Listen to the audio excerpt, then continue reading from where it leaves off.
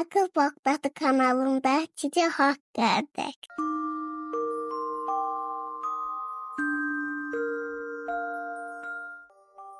Bismillahirrahmanirrahim. Gecə hekayəsi. Danışan sizin Kövsər bacınız. Bu axşamın hekayəsi quşlar üçün yemək. Biri vardı, biri yoxdu. Əmir Hüseyn adlı balaca bir oğlan vardı. O, quşları çox sevirdi və istəyirdi ki, qışın soyuq günlərində onlara yemək versin. Amma onların həyətləri və bağçaları yox idi.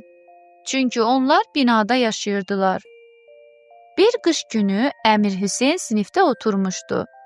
Birdən bir balaca sərçə sinifin pəncərəsinə qonub şüşəyə dimdikləməyə başladı.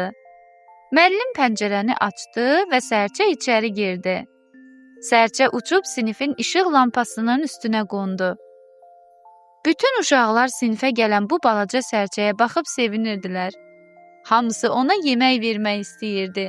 Amma sərçə qorxu başağı enmirdi. Müəllim dedi: "Uşaqlar, quşlar qış fəslində yemək tapmaqda çətinlik çəkirlər. Əgər hər gün həyətinizə və ya bağçanıza biraz çörək qırıntısı və ya düyü qoysanız, gəlib yeyərlər." Əmir Hüseyn dedi: "Müəllim, bizdə həyət yoxdur."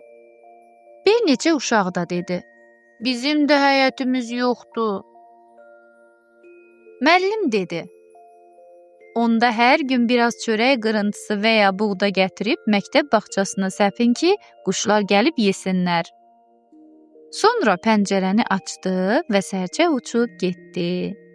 Ertəsi gün Əmir Hüseyn anasından quşlar üçün yemək istədi.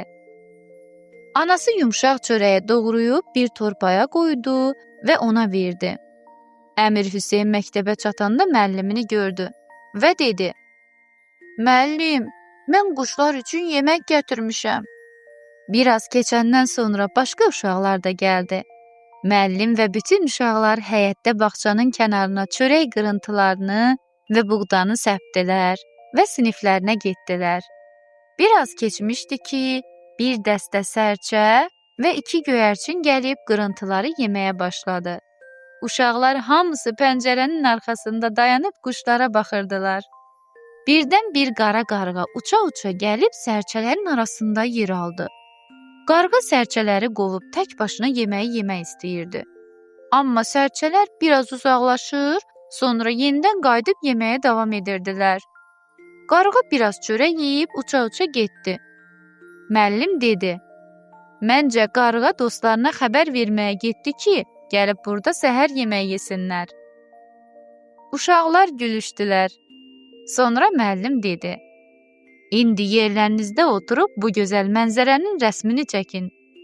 O gün Əmir Hüseyn və dostları sərçələrin, göyərçinin, qarğanın və məktəb bağçasının şəklini çəkdilər. Onlar quşların yemək yeməsindən böyük zövq aldılar və anladılar ki, xüsusən qışın soyuq günlərində quşlara və heyvanlara yemək vermək çox yaxşı və gözəl bir işdir. Bəli, əziz balalar, çətin vəziyyətdə olan canlılara kömək etmək lazımdır. Soyuq qış günlərində yemək tapmaqda çətinlik çəkən heyvanlara yemək verməklə, yayın isti günlərində küçəyə su qoymaqla balaca dostlarımıza kömək edə bilərik. 6-cı imamımız İmam Sadiq də bu barədə belə buyurub: "Bir susuz heyvana su vermək böyük savabdır və insanın günahlarının bağışlanmasına səbəb olar." Gecəniz xeyrə qalsın, əziz balalar. Bu nağılla bağlı şəkil çəkib bizə göndərməyi unutmayın.